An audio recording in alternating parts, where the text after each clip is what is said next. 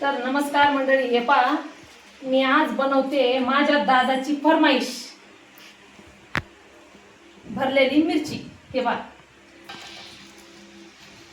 तर त्या ना धुवून घेतल्या मस्त आणि त्याच्यामधले हे जे बी आहे ना ते काढून घेतले ते मी, आणि त्याचा मसाला बनवायचा आहे. तर मी शेंगदाणे भाजायला कढई ठेवली. हे पहा, त्याच्यातले बिया ना त्या जरा जाडसर राहते ना, त्याच्यामुळे मी त्या काढून घेते. हे पहा, अशा काढून घ्यायच्या.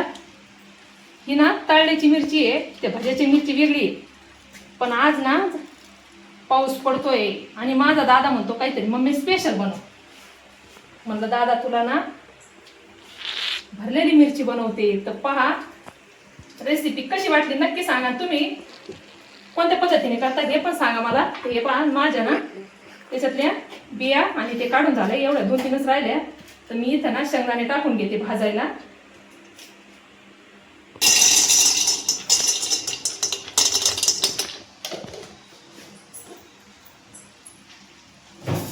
तर इथं मी टाकून घेतले शेंगदाणे भाजायला. कडक घ्या, कडक करा चांगले शेंगदाणे. आणि माझ्याकडनं मसाला बनवायला मिक्स मसाला आहे, त्याच्यामुळे मी दुसरा काय मसाला बनवणार नाही आहे. आणि याचा ना आपल्याला घ्यायचा आहे शेंगदाण्याचा कूट करून. हे पहा कढई तापायला ठेवली होती, तर शेंगदाणे पण मस्त भाजलेत. पीठ मळून ठेवले मी इकडं. तर हे ना मिक्सर मधून बारीक काढून घेते मी. आणि याचे मी साल्टे काढलेले नाही आहे, कारण की ते आपल्याला जो मसाला बनवायचा आहे त्याचा याच्यामध्ये भरायचा आहे, त्याच्यामुळे काही काढायची गरज नाही. आणि तुम्हाला जर लागत असेल तुम्ही काढून घेऊ शकता, पण मी काय काढत नाही. चांगले असतात ते पण. याचा बारीक कूट करून घेते मी. हे पहा शेंगदाण्याचा कूट काढून घेतलाय. इथंच करते मसाला तयार मी. बारीक जाडसर असा बनवलाय मी मसाला.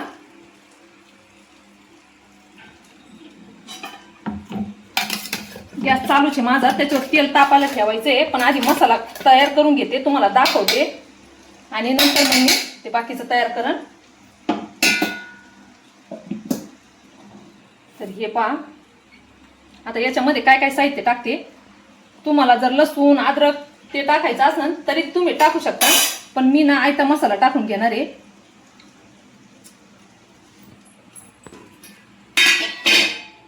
हे बघा, हे आयता मसाला आहे ना, याच्यामध्ये सगळं आहे. अद्रक लसूण. तुमच्याकडे जर नसेल तर तुम्ही प्रवीण मसाला पण वापरू शकता. हे बघा, कस्तुरी मेथी ते सगळं याच्यामध्ये. थोडीशी हळद टाकते मी.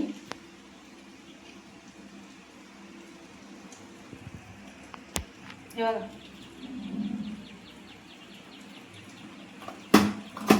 आणि थोडासा प्रवीण मसाला पण टाकते, कारण की त्याच्यामध्ये सगळं साहित्य असते. तर हे पहा मी सगळं साहित्य टाकून घेतलंय. आणि याच्यामध्ये मीठ पण टाका तुम्ही.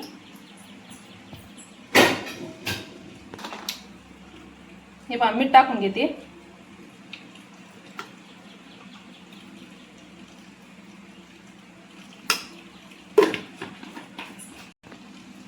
आणि एक लिंबू टाकते, म्हणजे लिंबू तुमच्या आवडीनुसार टाका. एक टाकायचं का अर्ध टाकायचं, पण हे ना थोड्याशाच मिरच्या आहेत तर मी अर्धच घालते.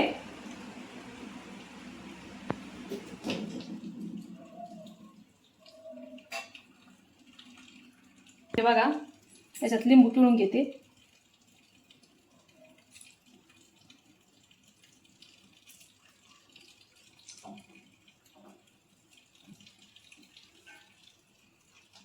हे चांगलं ना मसाला मिक्स करून घ्या.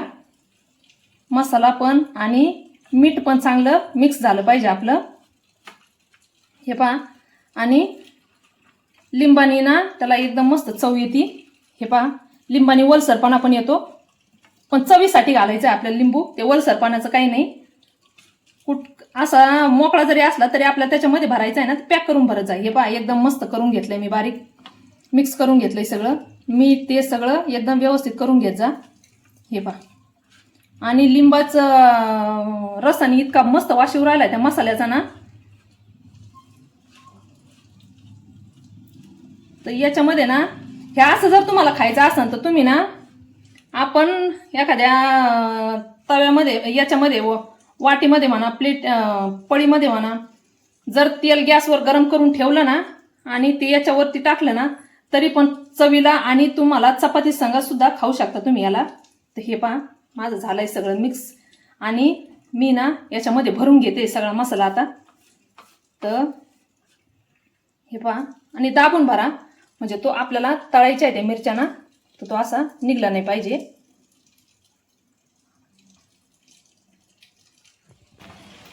तर हे पहा माझ्या सगळ्या मिरच्या झाल्यात भरून आणि बरोबर जेवढा मसाला पाहिजे मिरच्यांना तेवढा एकदम अंदाजेच केला होता मी, पण तरी पण मसाला एकदम व्यवस्थित त्यांच्यामध्ये पुरण असा झाला, कमी नाही पडला आणि जास्त पण नाही झाला. तर हे पहा माझ्या सगळ्या मिरच्या तळून झाल्यात.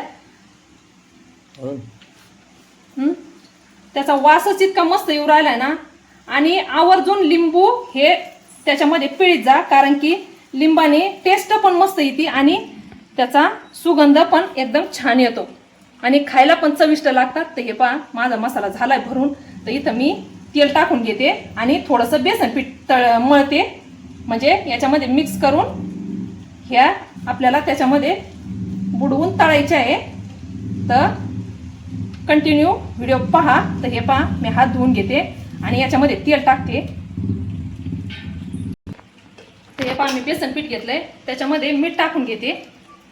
चवीनुसार मीठ टाका तुम्हाला जसं पाहिजे तसं आणि थोडासा ओवा टाका. हे पहा मी एवढा ओवा घेतलाय आणि तो चुरगळून टाका. हे पहा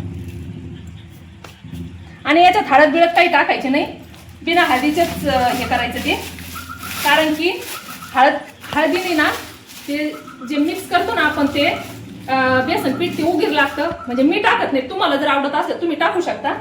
हे बघा मी ओवा ते टाकून घेतलंय त्याच्यामध्ये करून घेते. हे तेल ठेवलंय मी तापायला आणि आपलं तेल तापूस तर हे मिक्स करून घ्या. तुम्हाला याच्यामध्ये खायचा सोडा जर घालायचा असेल तरी तुम्ही घालू शकता.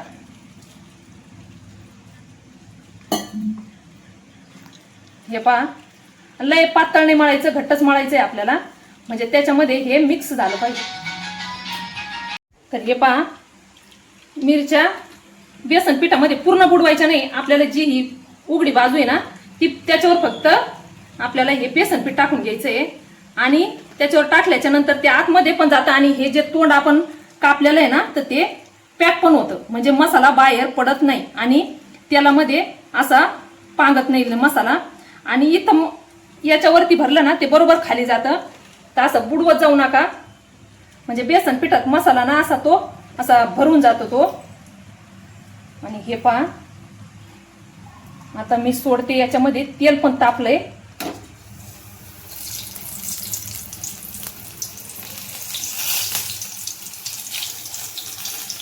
तर बघा कशी झाली आमची मसाला मिरची. त्याचा वासच इतका छान येऊ राहिलाय ना ते खायच्या ऐवजी वासानेच पोट भरल्यासारखं वाटू राहिलंय. हे बघा म्हणजे तुम्हाला बेसन पीठ पण जास्त लागत नाही आणि दुसरं साहित्य पण एकदम प्रमाणात. पण मग तुम्हाला जर असा वाटून जर मसाला करायचा असला ना तरी पण तुम्ही करू शकता. हे बघा असं मस्त झालंय ना. तर मी तुम्हाला आता तळ्यावर दाखवते कशा होता आहे तळल्यानंतर आणि दिसतात पण कशा. तर पहा आपल्या मिरच्या झाल्यात तळून. तर हे पहा मी प्लेटमध्ये टाकते. तरी पण एक मिरची मला वाटतं तुटली होती ना तिचा मसाला तेलामध्ये मिक्स झालाय त्याच्यामुळं ना मिरच्या ना कापताना व्यवस्थित कापत जा कारण की एकच मिरची तुटली होती माझ्याकडनं. तर हे पहा